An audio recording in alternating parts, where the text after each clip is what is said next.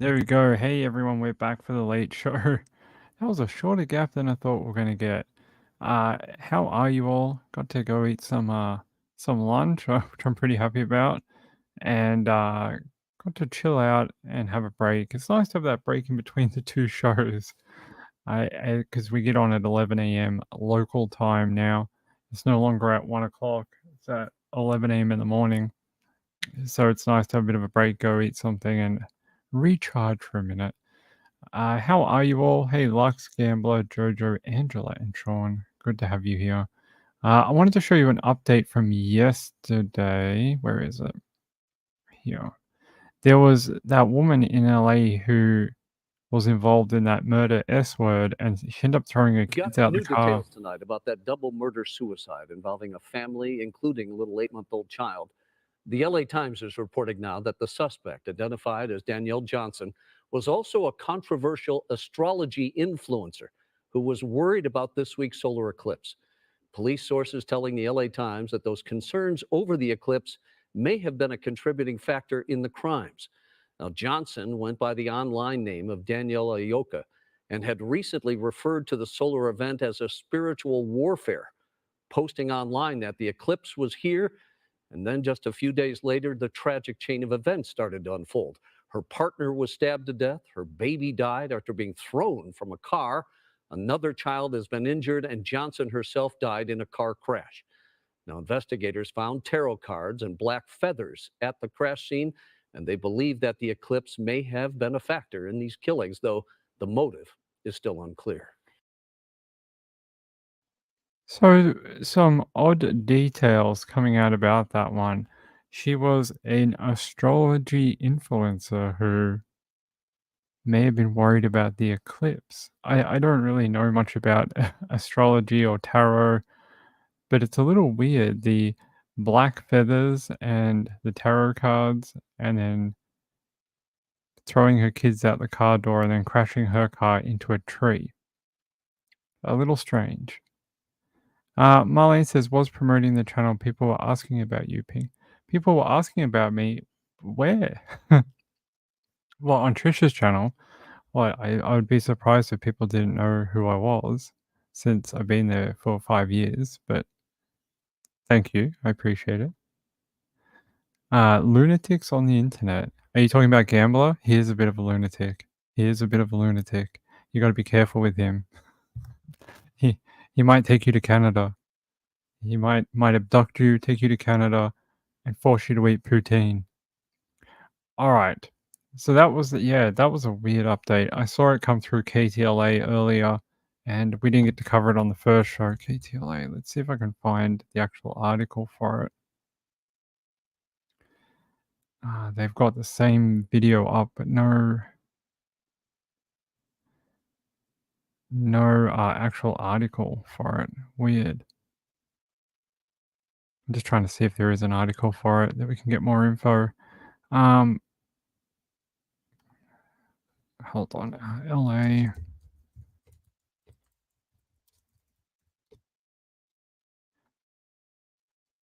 Maybe this one.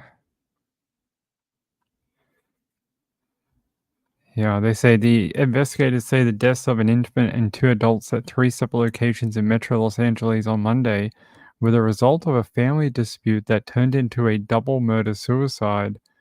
The bizarre, gruesome sequence of events began inside a unit at the upscale Montecito Apartments in Varial Avenue in Woodland Hills about 3:30 a.m., when, according to police, neighbors heard an argument involving a man and a woman.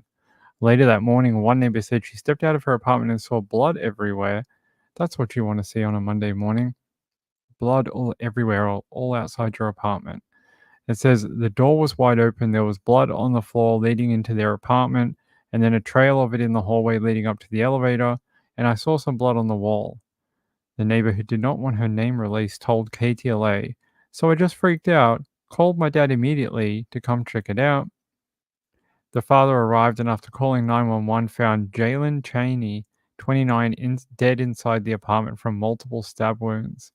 They told me when I spoke to the EMT to go in and check on the body, so I did. He was deceased. He was face down on the floor. Another neighbor, Richard Burlong, also discovered the gruesome scene. Their front door was wide open, like propped open. It was in a disarray. I saw a pair of legs sticking out from the kitchen area. There was a knocked over furniture and blood. According to investigators, Cheney and Danielle Johnson, 34, lived in the apartment with Johnson's two children, aged 8 months and 9 years, and were involved in a verbal altercation that led to the fatal stabbing. Johnson then fled the scene with her two children in a dark colored Porsche SUV. Johnson crashed her SUV in a parking garage security gate at the apartment complex. Bizarre. At about 4:30 a.m., still hours before Cheney's body was discovered, the California Highway Patrol responded northbound 405 freeway in Culver City, where they found the infant girl dead on the roadway and the 9-year-old girl suffering from minor injuries. Like we said yesterday, apparently the 9-year-old had the presence of mind to know that traffic is dangerous, and she moved to the shoulder, meaning she was able to get out of harm's way. Unfortunately, she was unable to go back for her little, you know, like sister. I think it's a girl. Her little sister, and the baby doesn't know anything about traffic. It's just like, hey, pretty lights. And unfortunately, the baby was hit by several cars, and she died, unfortunately. Very, very sad. Very, I can't even imagine being those drivers either. They may not have even known she was there, being she was so little. And then at about 5 a.m., investigators say Johnson died when her SUV slammed into a tree on Pacific Coast Highway at Vincent Street in Redondo Beach, going more than 100 miles per hour. No other vehicles were involved, and police believe the crash was deliberate. And that's the crash they were talking about on the video we just watched, where they found the black feathers and the tarot card. So a little odd, a little strange.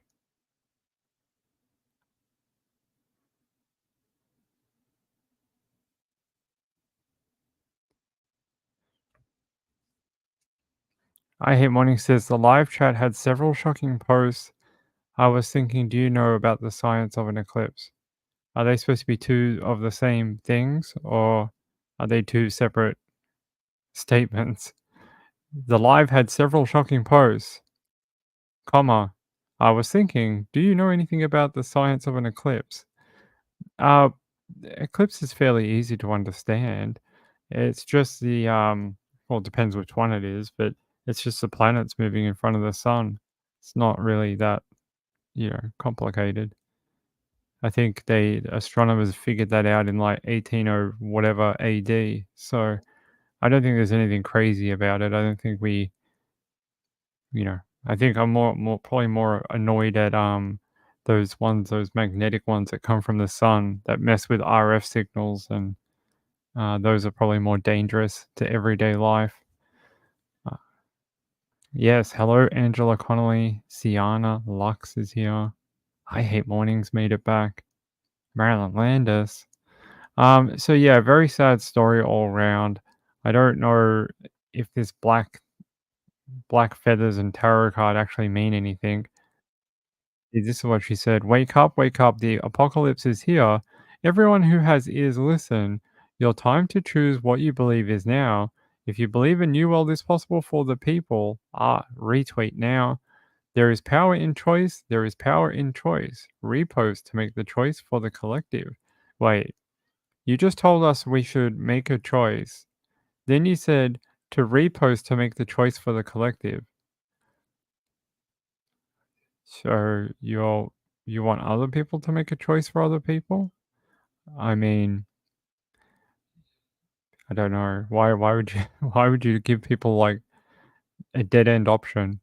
It's very strange, very odd. I don't know her. If anybody in chat has ever heard of Danielle Ayoka, let me know. Let me know if you're into the tarot and the astrology and you know of this lady from social media.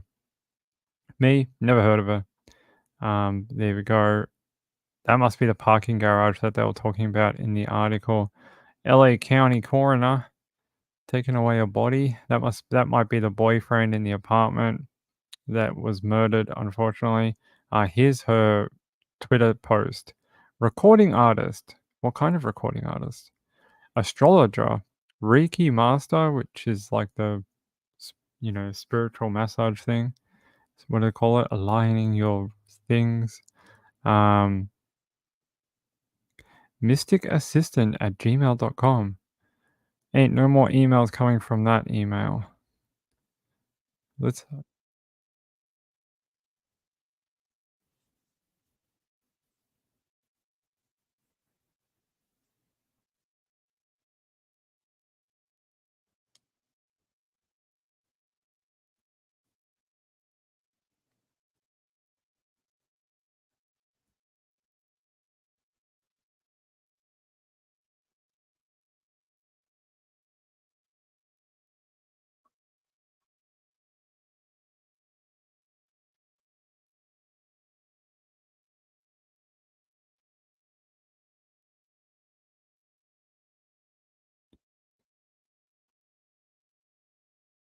They make it sound like all these bad things happened to her because of, the eclipse, but they were all caused by her.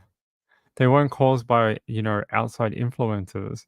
They were all caused by her own actions, so I find that a little weird. Are we muted again? We're not muted.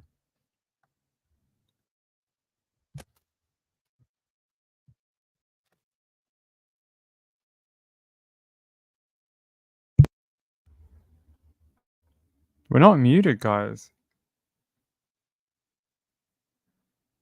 What? Yeah, we're not muted. Shouldn't been anyway. For a second. Okay. Sometimes it does that if you're playing a video, it'll cut out the microphone to give you guys the audio.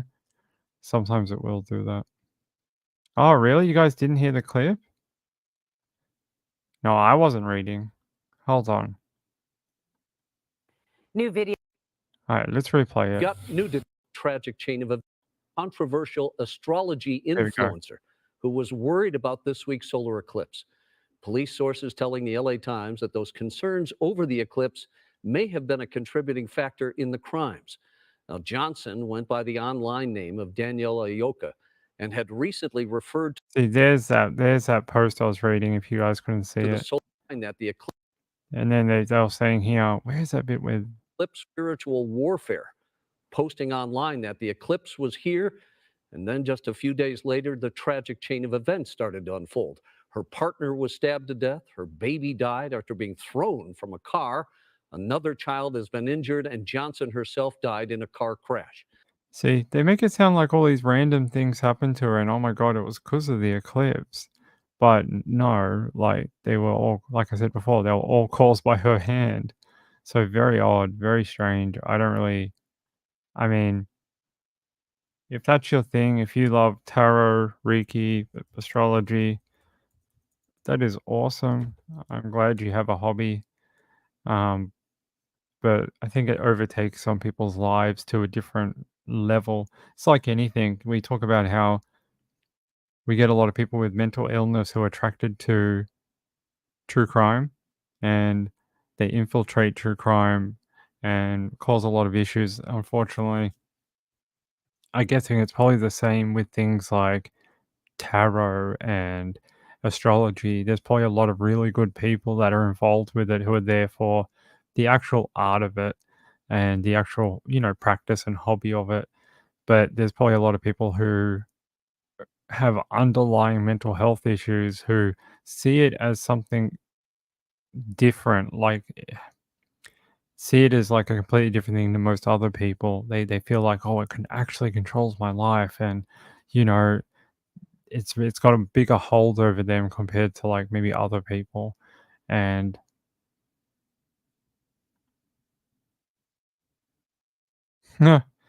yeah, Sean, I've seen those before. Sean sent me a photo of blessing sprays. Yeah, we spoke about them a while ago. I don't know if you were a part of the channel at the time, but they're really big in some. I think it's Jamaica. They're called blessing sprays. I think blessing. There's heaps of them. Let me see if I can find any. There's like ones like for money, and I don't think that was involved in this one, but they're pretty common. There's like one brand that's really popular, but I can't remember um who it is. Here, like these type of ones, like money house gold, money house silver, money house blessing, Indian fruit, and there's other ones too, like make me rich, $1 million spray, and things like that. Yeah, they got to do with like voodoo and stuff. Well, I don't know that. I'm not Jamaican. I don't know. I don't want to be offensive to Jamaicans. I just know they're really popular in some cultures where they believe in that type of stuff. But yeah, no, we spoke about them a while ago actually on a different story about scamming, I think. And we're talking about it. So yeah. Sean says in Peru I saw them. I know I've seen them in Jamaica and other countries in the islands. All right. Yes, not the eclipse. Yeah, there's quite a few that use them. I don't know. I don't know what they're made of. Money, silver money and gold money and strawberries. No, I have no idea. Probably just fragrance and water, maybe water or something, because water is used in a lot of blessings. So maybe water, holy water, and like some sort of fragrance or something. Who knows? But yeah, I know there's heaps of them. There's like ones that have like jackpot and stuff like that on it. Like you will win $10 million spray. There's heaps of them. I wish I had a better link for it, but there's like double luck spray and they're called spiritual home blessing and protection sprays. There's like success and yeah, gold and platinum, cherry. I don't know what the cherry's for. There's one called Run Devil Run. We all need some Run Devil Run. All right. South Americans are very superstitious. That is true. They are. Well, not to make a generalization, but so I told you I'd bring you an update on the bird. Do you guys remember I told you about the bird from Australia, the magpie? Well, there has been an update, and I'm going to show you very quickly, and then we're going to go back to more true crime. I get at least 5 emails a week about this bird, so might as well give you an update. It says, new twist in Molly the Magpie saga as family face another hurdle to bring their beloved bird home. So apparently they can bring the bird home eventually. They have to get a special permit and a carer's license so they can care for Molly the Magpie. But the government has thrown a twist at them. Now, you all know they have a big social media presence. They even wrote a book about Molly and they sell t-shirts and other stuff through their social media. One of the conditions of getting Molly back is they are forbidden from making commercial gain from the bird. That is one of the conditions of getting Molly the magpie back. Here's Molly the magpie and their dog. That is the condition. They will not be allowed to monetize their experience with the bird or um, anything. Can't have her on t-shirts or can't write books about her. Nothing. Cannot make a dollar off the bird. So I don't know what's going to happen to all their stuff that they've already made, and no idea. It says here,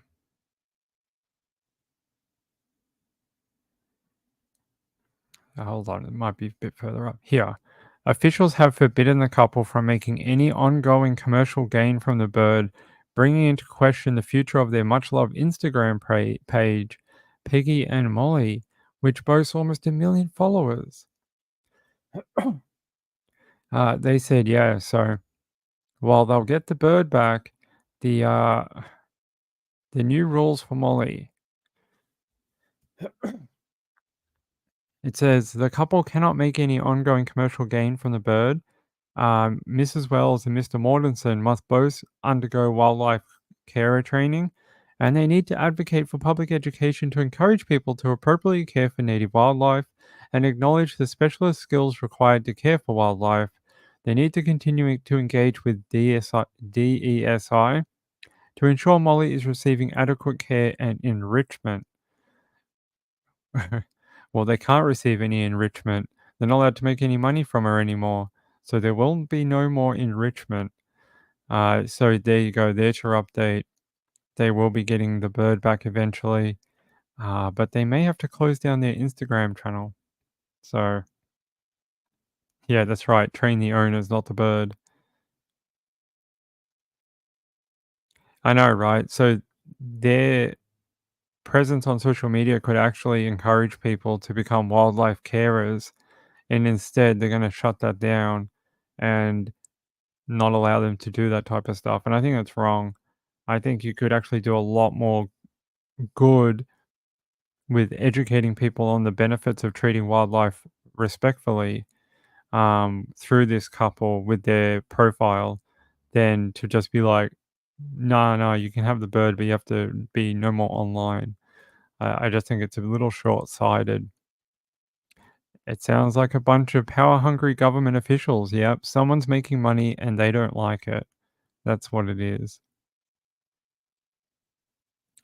Cheetah No More says, I think that would be a good idea regarding children. Stop making dollars off them. That's right. Sean says, I love magpies and currawongs. Yeah, currawongs are pretty cool. So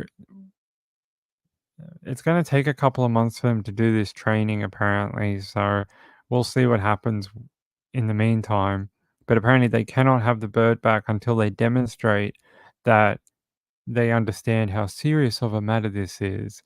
And they demonstrate to the department that they are capable to looking after Molly, even though Molly's been there for like 3 years already and is fine. So they obviously already know how to take care of Molly. It's ridiculous. Bureaucratic red tape. But I do agree with some people. Some people said if they had never opened their Instagram page, no one would ever know that they own the bird, or not own the bird, but had the bird. And the government would never have come and taken the bird away because no one would know that the bird lived there. So it's sort of partially their own doing by making their social media profile. And yeah, sort of they put their own foot in it in a way. Sean says they'll be trained in wildlife handling in order to keep it. So the thing is, the fellow here that you see in the photo, he is already a trained wildlife carer. He actually did the training about 6 months ago, because originally they threatened them saying that they couldn't keep Molly. So he went out and got the training in order to say, "Hey, I've done the training. Can I keep Molly?" But the company he did the training through actually was threatened by the government. They said if you issue him a license, we'll take away, potentially, we'll have to void the rest of your carers' licenses because you are not a good decision maker on who is, you know, a good person to be looking after wildlife. And because of that, they backed down and wouldn't issue his license to him. So, but he has done the training already. He is already he just doesn't have the license because no one will issue him one, but he has done the education part of it. So,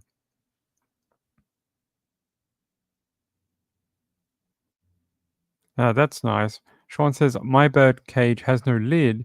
He comes and goes on indoor plants I have near him." Marlene Clausen says, "Money, money, money." That's right. For both sides, probably the government and these people, unfortunately. It's probably a little bit of both.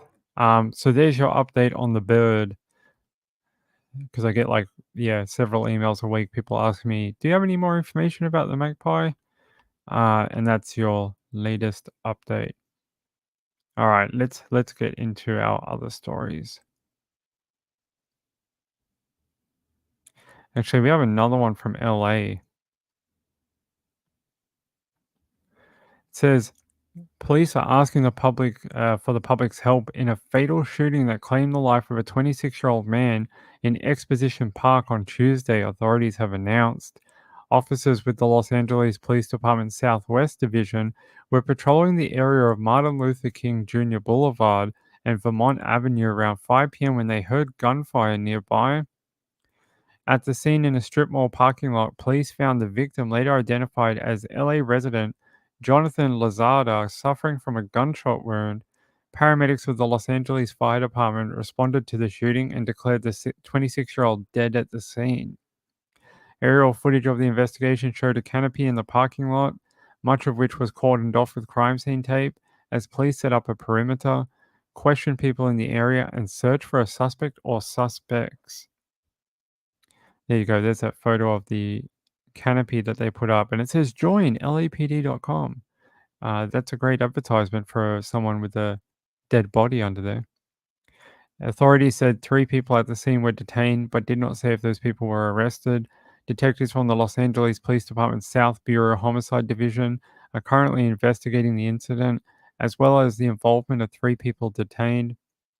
Authorities added they do not currently have a suspect description and a motive for the deadly shooting is unknown. Anyone with information about this incident is urged to contact LAPD's South Bureau Homicide Division at 323 786 5100. Those wishing to remain anonymous can contact LA Regional Crime Stoppers at 800 222 8477 or leave tips online at LA Crime Stoppers. So, a young man found dead. Let's listen to the little 1-minute video clip for it. News in Exposition Park, where police are investigating a deadly shooting. Gil Levis overhead in Sky 5. Gil? Sharon, Sandra, the shooting happened about 5 o'clock. It was LAPD Southwest officers that responded here. Actually, they came across the shooting in progress. Let me show you again. This is Vermont at Martin Luther King Jr. Now, as I tilt up here, you see the strip mall here with a lot of people in there. There was a very busy afternoon. As I zoom in here, you can see a canopy has been set up around a body. Unfortunately, that person was pronounced dead at the scene, a victim of that shooting. Now, I can tell you that LAPD is looking for a male 18 to 20 years old in a black and white hoodie that left running away from the scene here into the neighborhood. I can tell you that there's a 3-block perimeter right now. LAPD has a airship overhead searching for that suspect at this point. But if you have any information, you're asked to call the LAPD on this shooting. Again, Vermont is shut down here from 39th to Martin Luther King Jr. As they investigate this shooting. That's the latest overhead up in Sky 5. I'll send it back. So interesting. The helicopter pilot says they are looking for a suspect. They come in and say there is no suspect. A little bit of a weird yes and no situation there. Yeah, they're very sad. 26 years old. He's very young and shot dead in a busy Southern California neighborhood. No one arrested. Um, yeah, how sad.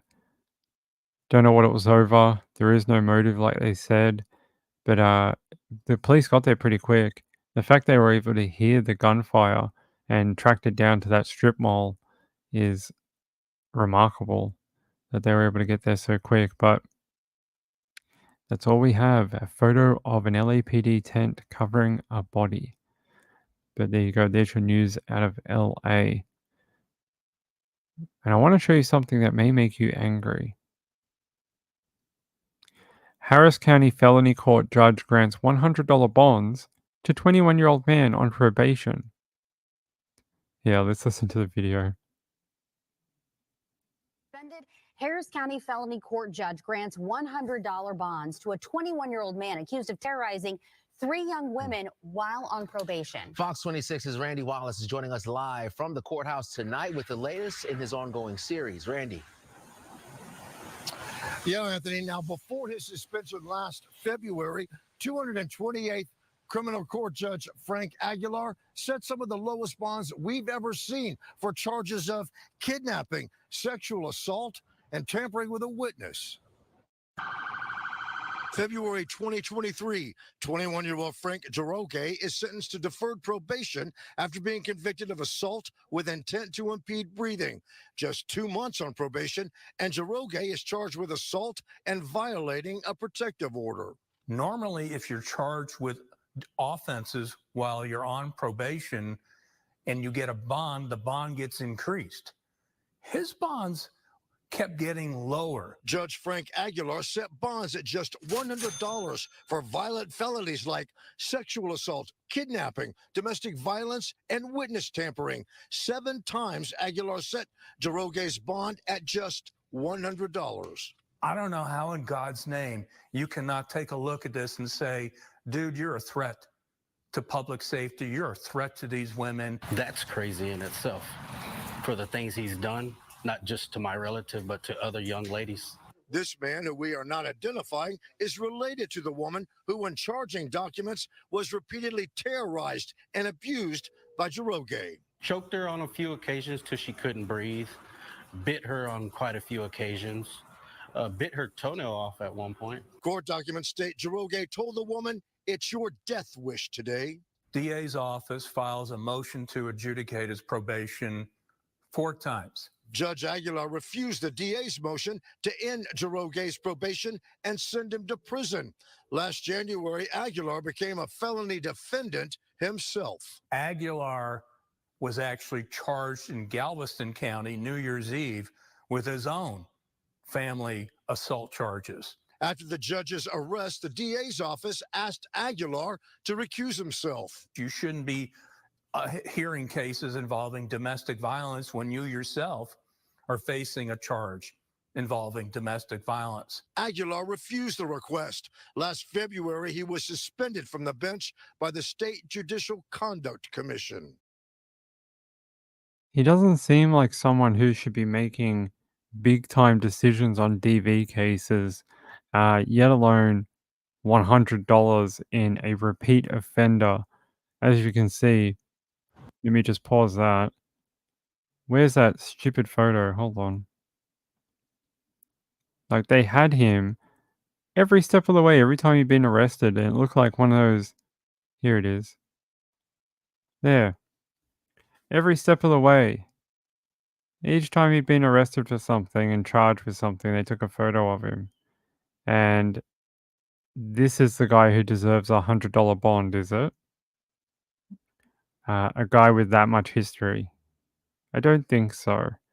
And that is an abuse of judiciary process to be able to do that. $100, I don't think I've ever heard of a $100 bond.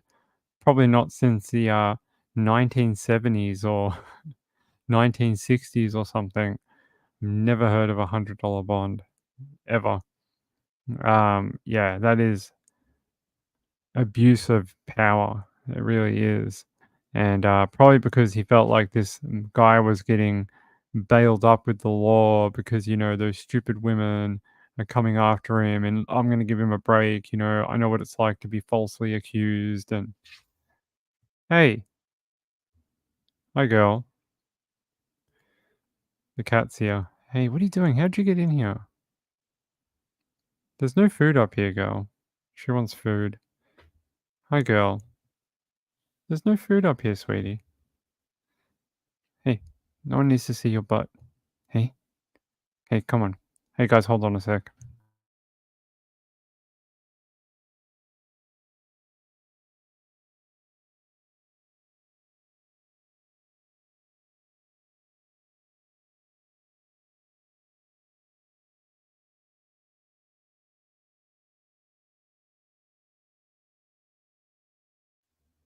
There you go. I had to put her on the floor.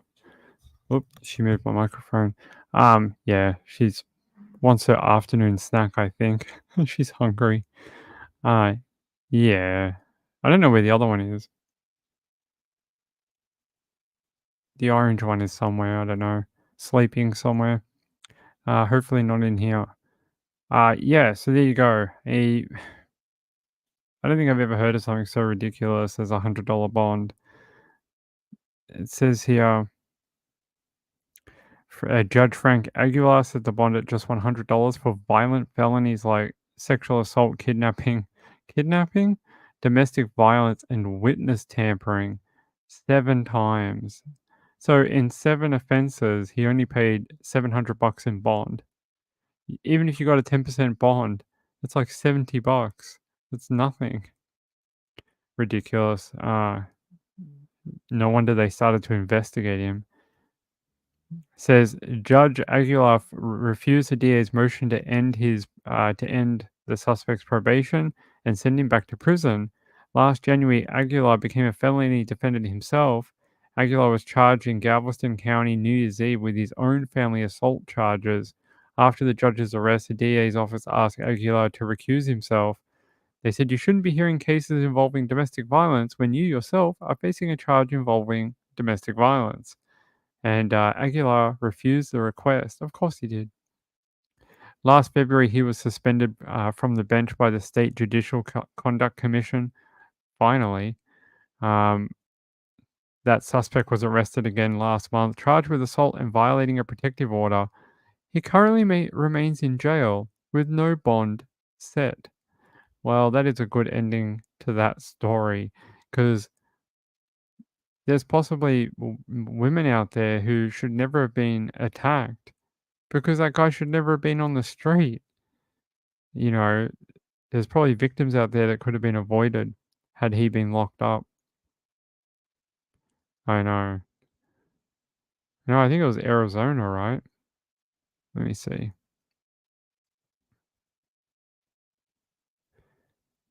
No, sorry, Harris County, Texas. Texas. We're in Texas, near Houston. In Harris County, I mean, we've told a lot of stories from Harris County in the last month. I think we've had about 50. Not surprising that they've had a few issues. Harris County is the same county that had that girl that was found dead, 17-year-old, found under bridge, naked.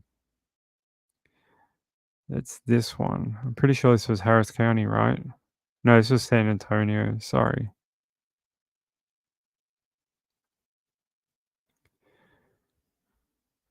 They still don't have a suspect for this, I don't think. Even though it says here a person of interest, but as far as I know, they do not. Yeah, Caitlin Elizabeth Hernandez. But there is no update. She was murdered, found under a bridge, naked, and sexually assaulted after going for a walk around the neighborhood. And to this day, I don't have an update on anyone being arrested or formally charged over her death. This is her here. Here's another photo of her. There's a photo of her there. I don't have any information. That was one of the suspects that they wanted to find, and but he was never charged. Never charged with anything. No one has been charged to this day in her death. Yeah, I'll put this on. Know who this guy is? Right now, here he is. Police call him a person of interest in the case of a 17-year-old girl whose body was found in a drainage ditch. Caitlin Hernandez's body was found early this morning off Del Oak Drive near 410 and Austin Highway after her family reported her missing. She was last seen going for a walk with a male friend. No word yet on how she died. Tonight, we hear from Caitlin's family for the first time. Her aunt, Crystal Rodriguez, shares that Caitlin was set to graduate from Roosevelt High School and had big plans for her future. Her whole life, she was gonna just turn 18 in August the 15th. She wanted to be a veterinarian, and I was just not gonna have that opportunity. But whatever coward took her life out there needs to come forward and accept what y'all did, so my niece can get some justice, and so we can get a little bit of peace in our heart. Rodriguez says the family wants justice and asks anyone who knows anything to come forward. The family has set up a GoFundMe. But still, a month later, there's been no one arrested in that case. No one has been. They brought two guys in. One of them was the neighbor she went with the walk with at that. Like she said, she was going to go on a walk around the neighborhood. They arrested that guy, the neighbor. They also arrested a separate guy that was caught on camera nearby at the time. Neither of those two have been charged with her death at this time. There's just no update. Like, I'll search her stuff. Hold on. Past week. I don't have anything. No update. No anything. It's not even a news article in the last 7 days about her. Past month. The last article I have for Caitlin Hernandez is the 14th of March.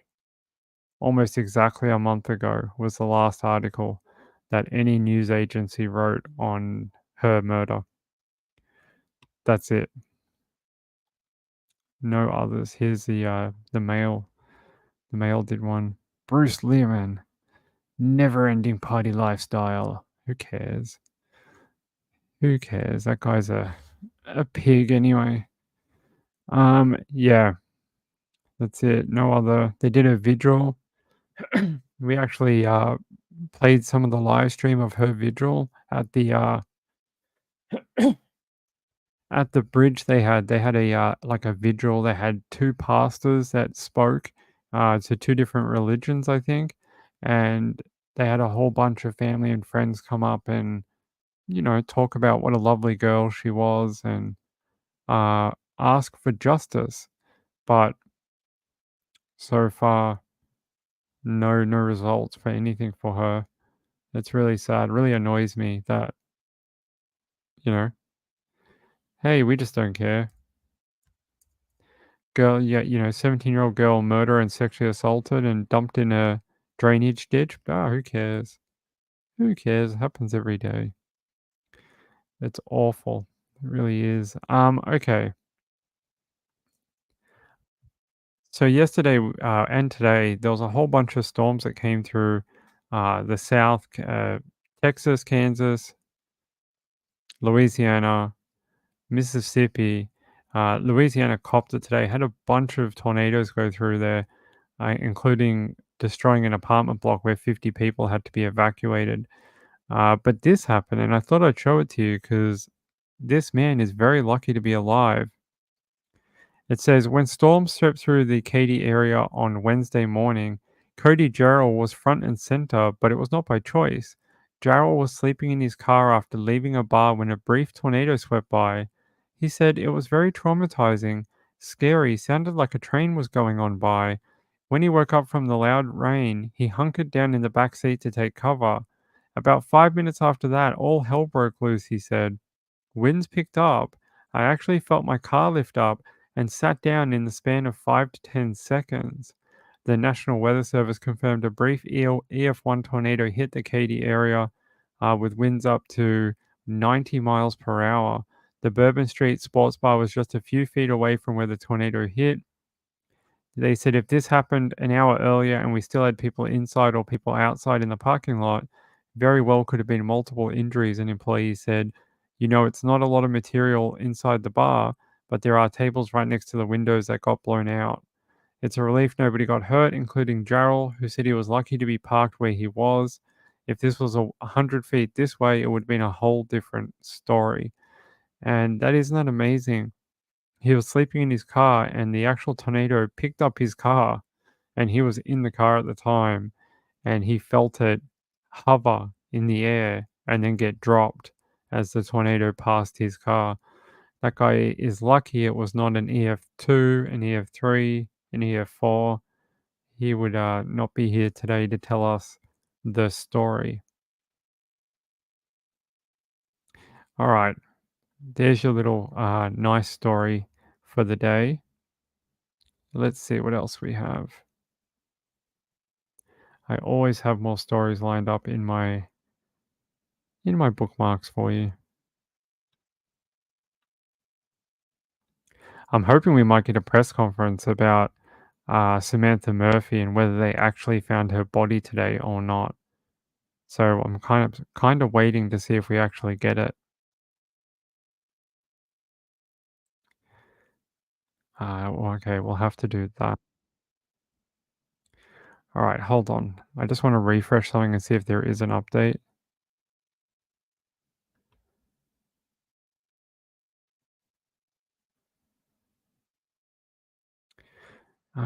Da, da, da.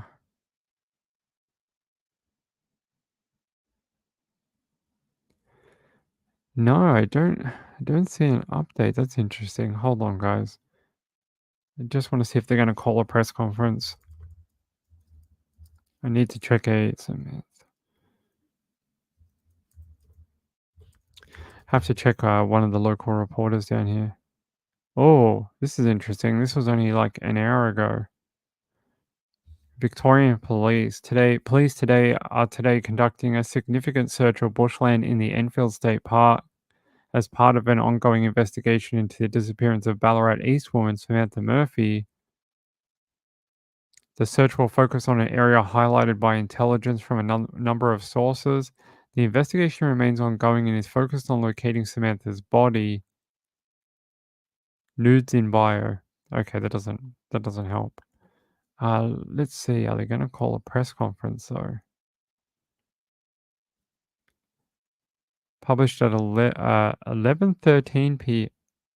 They published at like 10 to midnight or 50 to midnight last night. So a range of specialist units were out in the search today, including Missing Person Squad, Search and Rescue, Mounted Branch, Dog Squad, Public Order Response Team, and motorcyclists from the Road Policing Command, as well as local police from the Western region. A 22-year-old man was charged with murder on the 6th of March in relation to Samantha's disappearance. He was subsequently remanded in custody to appear at Ballarat Magistrates Court on the 8th of August. The investigation remains ongoing and is focused on locating Samantha's body. The 51-year-old was last seen leaving her Eureka Street home about 7 a.m. on Sunday, the 4th of February. Yeah. Come on, tell us if you're going to do a press conference. Let's see.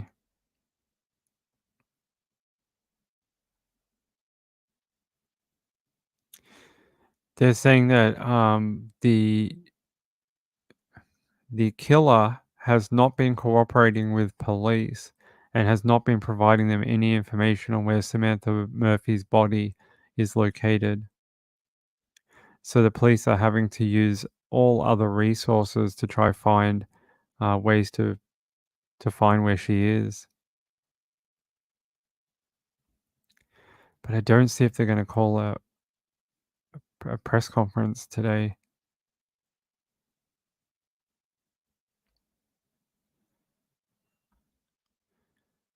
Yeah. They said police are searching again in a state park for the body of missing Victorian mother Samantha Murphy. They said the Ranger Specialist units will be out there, including the dog squad. They're a cadaver dog from New South Wales that is joining the search today in Victoria. There you go, a cadaver dog. They had to bring it in from out of town to help out. Interesting. Hold on, guys.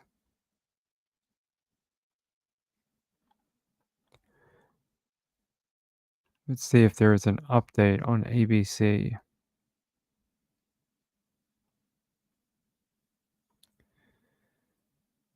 News and update on the search for murdered Ballarat woman Samantha Murphy.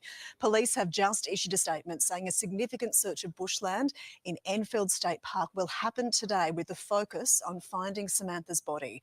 A range of specialist units will join the missing persons squad investigators in the operation, and police are asking members of the public not to join today's search effort at this time. All they will say is that this search will focus on an area highlighted by intelligence derived from a number of sources. The Murphy family have also been informed of today's developments. A 22-year-old man was charged with murder last month in relation to Samantha's disappearance. Stand by, we'll have more on that story across the morning.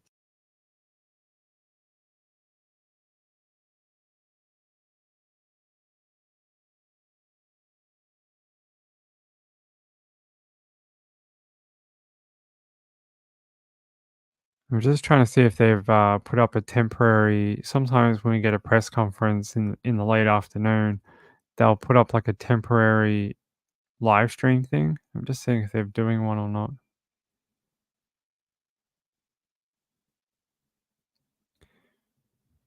No, I do not see one. Oh, maybe they didn't find anything today in the search. That's pretty disappointing. This is the second time they've gone out to search somewhere saying that it's based on intelligence, and they haven't been able to find anything. That is a real shame.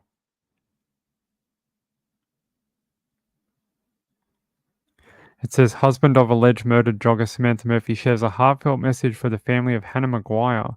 Hannah Maguire was murdered this week in a similar area near Ballarat as Samantha Murphy, just within couple of months of each other. And it says there's been an outpouring of grief across the country with the tight-knit community in regional Victoria, Western Melbourne, struggling to come to terms with the twin tragedies. Miss Murphy's husband, Mick Murphy, said in a statement to Nine News, "It's very sad. I feel for the family." He added that he would like to see tougher laws for those convicted of violence against women. He said more needs to be done in the country. Penalties need to be a lot harsher. And he said that the two men who are separately accused of murdering the mother of three and Miss Maguire are understood to have been raised in supportive households. Miss Murphy's disappearance sparked a significant local effort to find her, which continued up until the arrest of local man Patrick, 22, on March 6.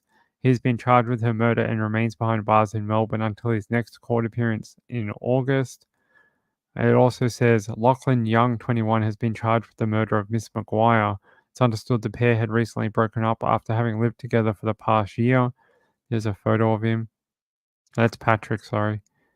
And that's Lachlan Young there. And it says Daily Mail Australia revealed on Monday that Miss Maguire had desperately attempted to obtain an intervention order against a man in the days before she was killed.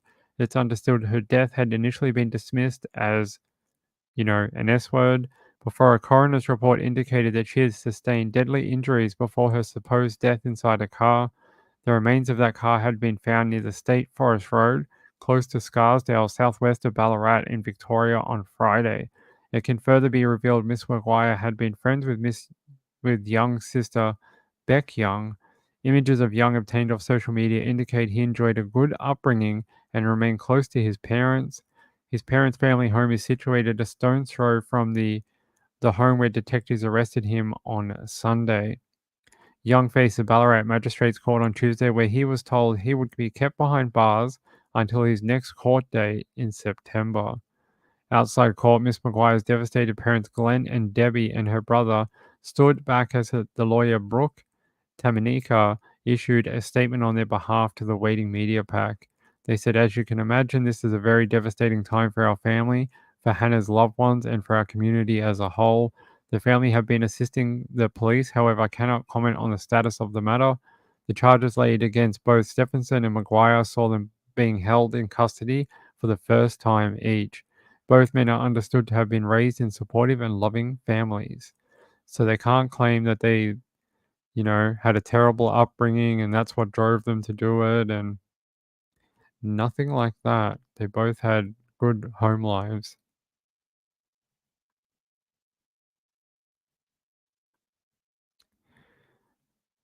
That's right.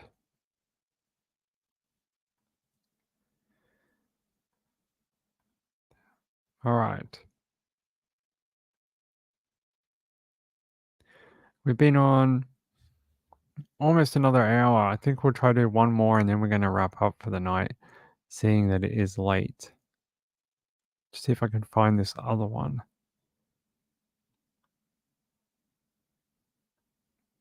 Let me see if we can bring it up. Oh, now they bring up an actual article for this. It says the 34-year-old woman who police say was responsible for the gruesome murder S-word on Monday that spanned 3 different crime scenes, including fatally throwing her infant daughter onto the freeway from a moving SUV, may have been showing signs of a manic frenzy related to impending solar eclipse. An astrology influencer on X, formerly Twitter, Danielle Cherokee Johnson, referred to the coming eclipse as the epitome of spiritual warfare just days before the celestial event.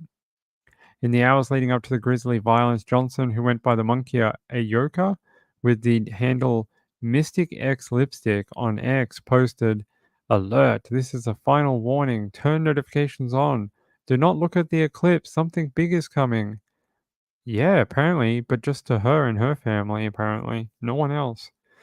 The bizarre and ghastly sequence of events leading up to the April 8th murder S-word began at the upscale Montecito apartments on Varial Avenue in Woodland Hills about 3:30 a.m., when, according to police, neighbors heard an argument between a man and a woman. How very sad. I wanted to know more about what they found at the crime scene. So it says former psychiatrist Dr. Carol Lieberman told KTLA's Sandra Mitchell that it's possible Johnson could have been suffering from bipolar disorder or postpartum depression and had been in a manic frenzy and was seeing and hearing voices. As the eclipse was coming closer, this could have brought the problems to a head. So people could have seen her not making sense, making poor decisions, doing dangerous things. 3 days before the multi-city murder S-word rampage, Johnson posted to X, wake up, the apocalypse is here. Everyone who has ears, listen, your time to choose what you believe is now. What would you think of first, Dr. Lieberman said, is that this woman thought that the end times were coming with the eclipse, so that she wanted to protect her family from what horrors would come, so she killed them. However, it was so brutal that really doesn't go along with the idea of her wanting to protect them. LAPD Lieutenant Guy Golan, head of homicide unit investigating the case, told Associated Press that police are not considering the clips as a contributing factor to the tragic killings. He said, we've taken all the facts we can, but without being able to interview her and without having something more tangible than a post on X, I don't know how much weight you can give to that. Somebody saying there's an apocalypse and attribute it to one of the most horrific murders we've had in LA. There's been some pretty horrific murders in LA, buddy. This probably not even close to the top. It's horrific, though.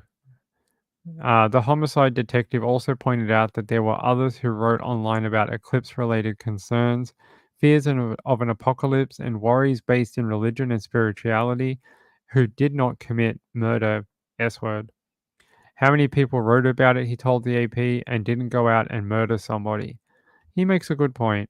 How many people had, some funky feelings around the apocalypse, around the eclipse, and didn't go out there and actually hurt anyone? Yeah, there's been some pretty brutal ones. I mean, not just Richard Ramirez. You had the granddaddy of them all, right? Manson. So there's been quite a few horrific killings in LA. I mean, Manson murdering a pregnant Tate. It's got to be it's got to be up there. It's got to be close to the top. The stuff they did was brutal, not just for the time period of when it happened, but if it happened today, it would still be one of the most brutal murders. It was crazy, really was. All right, I think we're gonna wrap up. Yep, it's 3 o'clock. I think we're gonna wrap up for the night. So we're gonna be back. We'll be back at 9 p.m. tomorrow, and we'll have some more fun then. Hopefully tomorrow's court won't be as or maybe it will be. Maybe tomorrow's court for Chad Daybell will be as exciting as it was today. You had sidebars and you had part of the court being shut down and stoppages and this and that and weird objections, and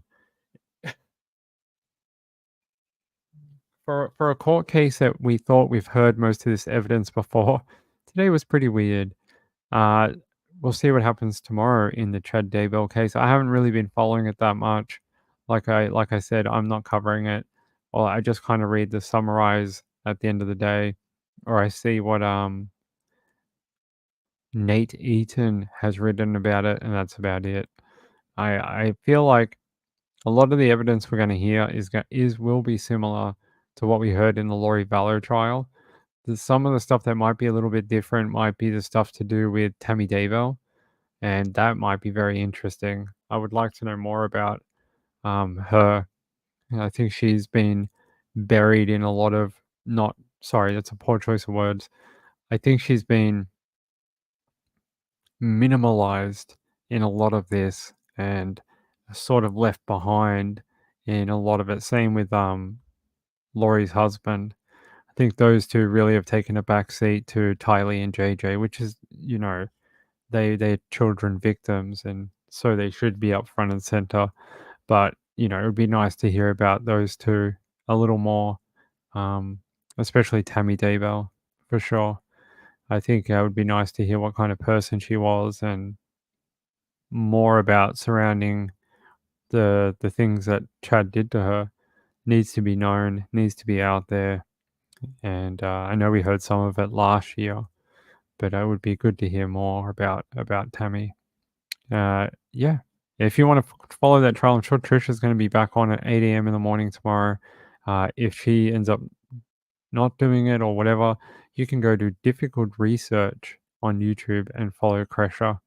Kresha's a lovely lady, and yeah, follow her. She was doing like a 9-hour live stream today on Twitter and on YouTube. So yep, that's it from me tonight, everyone. I love you all. No press conference today. Maybe tomorrow. If something changes in the next couple of hours, I'll remake the live stream and I'll come back on and we'll watch the press conference. But it looks like so far no press conference. Let me just check again before we go, so I don't end it and then go, oh my god, there was a press conference. Let me just double check, Samantha.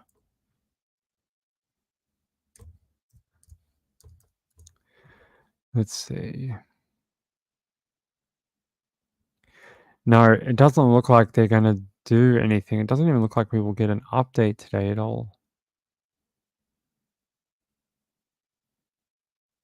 No, it looks like we're probably just going to have to wait.